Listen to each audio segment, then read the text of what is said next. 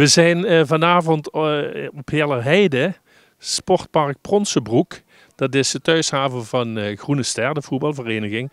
Maar we zijn vanavond hier voor klaroen en trompetterkorps Edelweiss. Nog zo'n pronkstuk in de Parkstad muziek. En we zijn op bezoek vanavond net hier, omdat ze een generale repetitie hebben voor het komend weekend. Dan gaan ze optreden in het Belgische Haamont op een taptoe en op een concert- en marcheerwedstrijd. Het is heel erg de moeite waard. De 65 jaar oude en springlevende Edelweiss.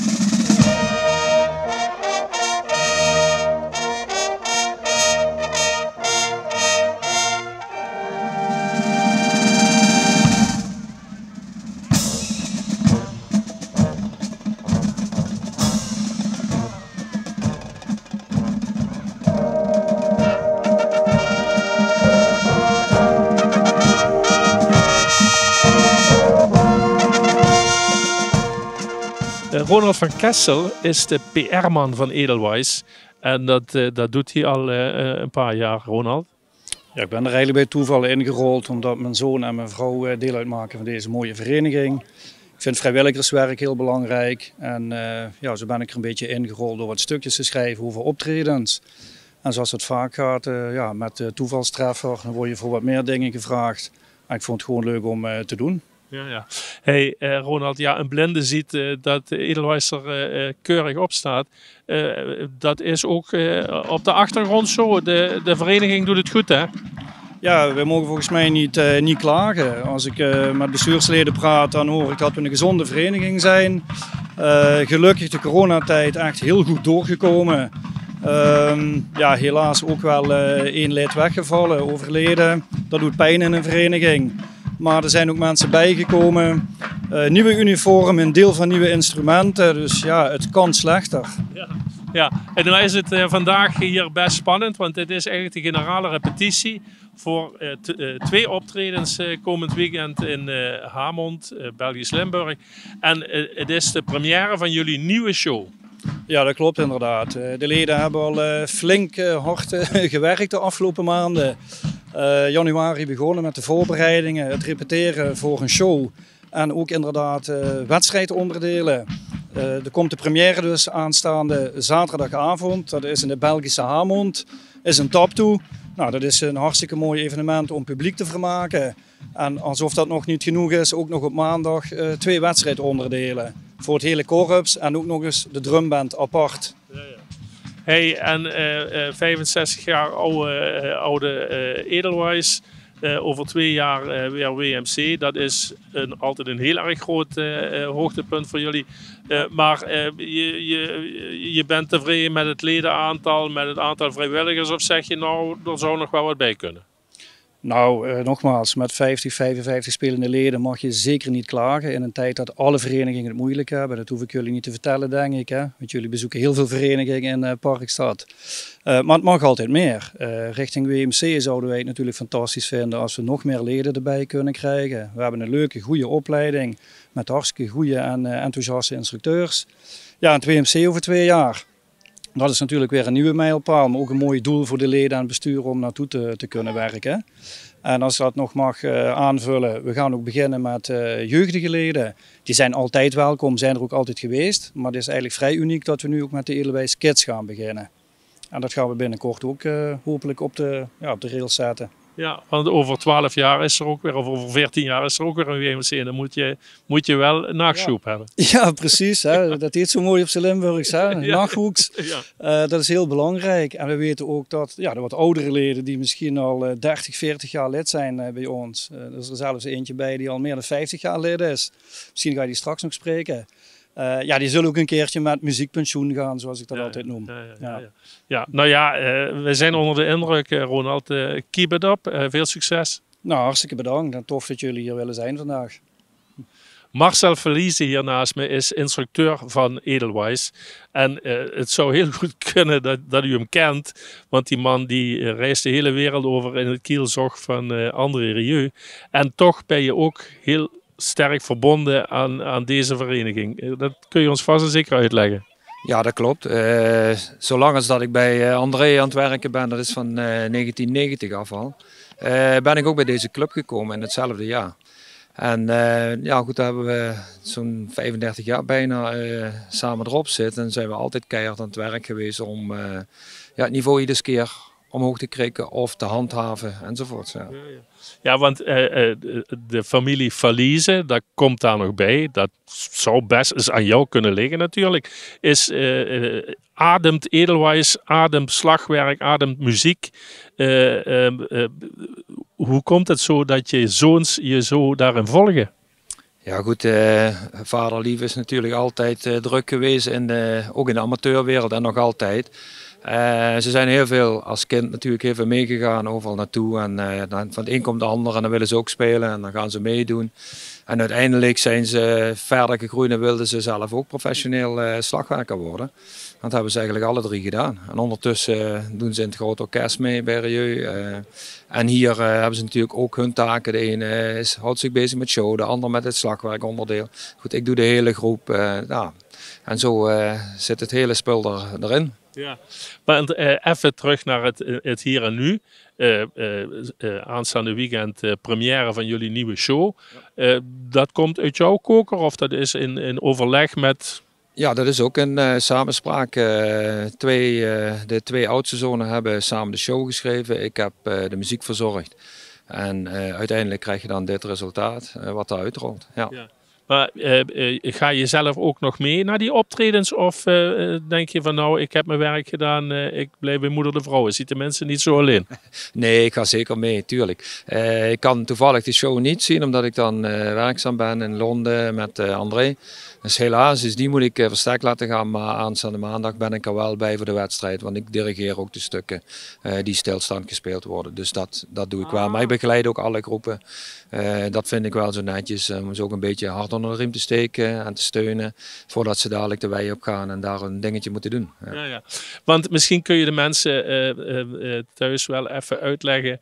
Dit is natuurlijk toch een beetje aparte tak van sport binnen de muziekwereld. Dat jachthoren, die trompetter. Kun je ons wel een beetje uitleggen hoe dat zit? En met drum, ik weet niet of daar nog verschil in zit. Nou, wat het korps eigenlijk is van oudsher is het ontstaan van instrumenten zonder ventielen. Daarna zijn trompetten gekomen met ventielen, zodat je ook meer tonen kunt spelen enzovoort. Wat hun moeten doen, de moeilijkheid hiervan is dat alles met de lipspanning gebeurt.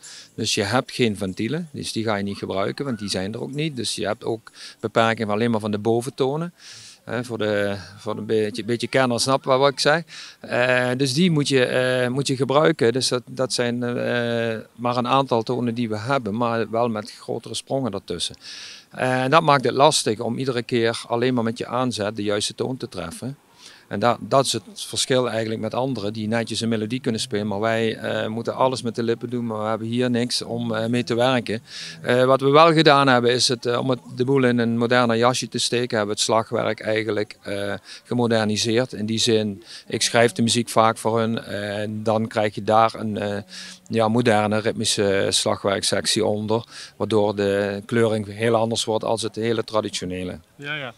Laatste vraag Marcel, want je bent druk aan het repeteren en je moet de boel hier in die generale repetitie op orde krijgen. Volgens mij is het dat al voor 95%. De nieuwe show is opgedragen aan het mijnverleden. Kunnen we dat ergens aan herkennen of is het alleen de titel? Nou, dat is niet alleen de titel. Als je het ook ziet, de stukken. Ik bedoel, is ook, we hebben traditionele stukken gepakt van oudsher en wat nieuwe stukken. Dus dat hebben we ook een beetje gemengd. Dat is natuurlijk ook het heden is zonder mijnen. Vroeger waren de mijnen er. Zijn ook stukken die daar vroeger gespeeld werden. In die tijd, zeg maar, in de tijd van de mijnen. Dus het heeft er wel zeker wel mee te maken. We hebben ook een aantal dingen proberen uit te beelden. Dus. Hey, heel veel succes met alles. En van de zomer hoef je weer een paar weken niet zo ver van huis. Hè? Nee, dan zitten we lekker hier in de buurt. Dus heb ik ook genoeg tijd voor alle mijn amateurverenigingen om daar hard mijn best te doen. Ja, ja. Marcel Verlieze, hij is het echt hoor.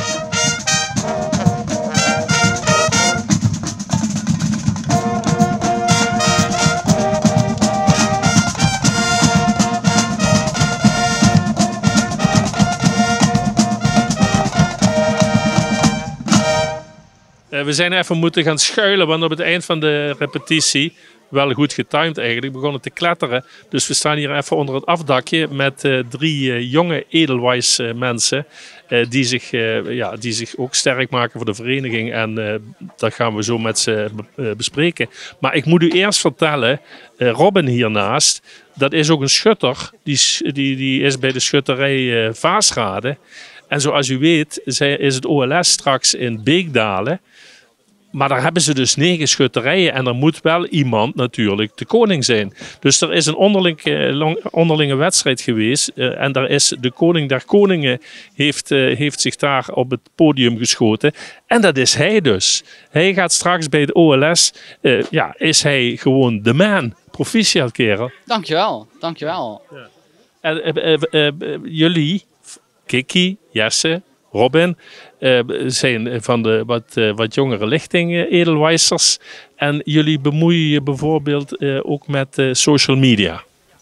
Ja, eigenlijk alles omtrent social media, Facebook, Instagram, branding, alles wat daarmee te maken heeft, hebben we met z'n drieën een beetje op ons genomen om te kijken dat we zo ook meer publiek kunnen aantrekken en aanspreken via deze kanalen in plaats van alleen via onze optredens of via de krant. Via de andere platformen die bekender zijn bij misschien de oudere generatie, hebben we ons nu ook op alles rondom social media gestort met Edelweiss. Ja, hartstikke goed, want het heeft ook resultaat gebracht, Jesse. Het heeft zeker resultaat gebracht. Er komen onder andere optredens uit voort. Je kunt er jongere leden, zoals Kiki net al zei, mee interesseren voor deze hobby. Dat is toch wel lastig met zo'n soort muziekhobby in deze tijd. Je hebt natuurlijk ook heel veel andere hobby's. En vooral daarmee proberen we op zo'n manier toch de jeugd ook hiervoor te interesseren en op een moderne manier dat te laten zien. Ja, want nachtwoeks is natuurlijk een bekend probleem bij muziekverenigingen. En Edelweiss scoort daarin goed, denk ik, hè? Ja, over het algemeen doen we het heel erg netjes, vind ik, zoals de groep er nu op staat met ledenaantal. Ja. En die extra optredens die het brengt, daar krijgen jullie dan ook niet kwaaie gezichten van, in de zin van, moeten we dan nou alweer gaan optreden? Nou, tot nu toe gaat het best wel goed, denk ik. De agenda loopt goed vol. Er staan mooie optredens gepland. Onder andere gaan we nog naar Vollenhoven, naar de Bloemencorso. In de buurt hebben we de Euregio-parade in Kerkrade nog op 30 juni. Dus hele mooie vooruitzichten voor dit seizoen. En het OLS, Robin, even niet vergeten. Maar dat is met een andere pet op natuurlijk. Kiki, heb jij ook nog zo'n schuttershobby erbij of zo? Toevallig ben ik dit jaar koningin van Hele Heide geworden, want mijn vader heeft daar de vogel afgeschoten. Dus met de schutterij zijn we allemaal ook wel te vinden. Ja, Want er was ook nog iets met een zusje dan. Mijn zusje is koningin in Vaasrade geworden en dat is de koningin van Robin. Dus toevallig speelt de schutterswereld hier ook een grote rol. Ja. Hier komt de royalty van Parkstad bij elkaar. Ja, zie jij ook nog een rol ergens in een... Ik ben vaak wel op de schutterswei te vinden, maar dan vooral om te kijken naar de rest. Jongens, heel veel succes komend weekend met al jullie activiteiten in de schutterswereld ook. En natuurlijk met Edelweiss. Top, dankjewel. Dankjewel. Giel Aarts hier naast me is de tambourmaître van Edelweiss. En dat doe je al een tijdje, Giel. Ik ben zo'n 37 jaar tambourmaîter en inmiddels 52 jaar lid van de vereniging. Ja. Je hebt denk ik al alle onderscheidingen gehad die mogelijk zijn qua jubilea. Maar jij ademt Edelweiss. Ja, bijna wel. Ja. Het leeft het, ja. Het is geen hobby meer, het is eigenlijk leven, ja. Ja, klopt. Ja, mooi man. Hey, tambourmaître, ik bedoel, iedereen kijkt altijd een beetje tegen zo'n tambourmaître op. Hè? Hij loopt met dat ding voor het korps uit. Ik zeg het maar even oneerbiedig. Hè? Mm-hmm. En denkt, dat lijkt me toch wel hartstikke moeilijk. Is het moeilijk? Je moet er wel wat voor doen. Je moet een beetje gevoel ervoor hebben en dan lukt het wel. Maar ja, het is wel oefenen.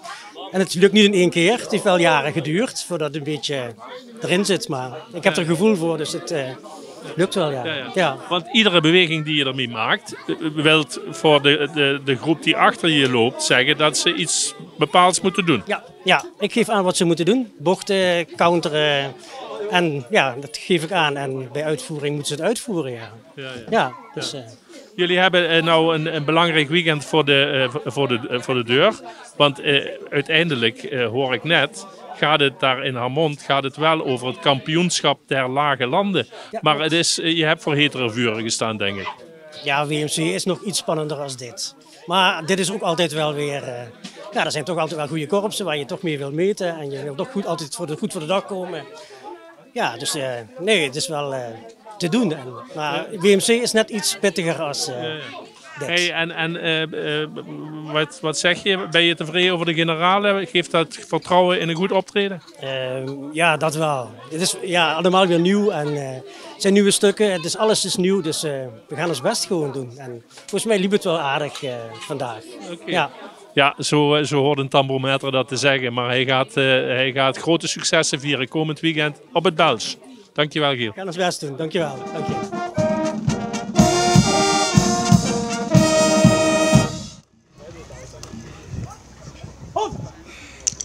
Hoi!